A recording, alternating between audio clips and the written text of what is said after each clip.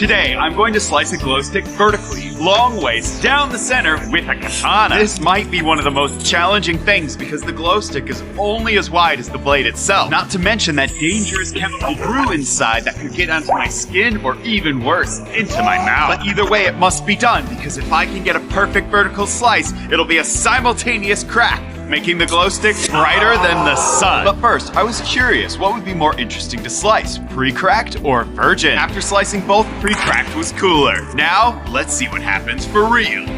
I guess the glow stick wasn't all that it was cracked up to be.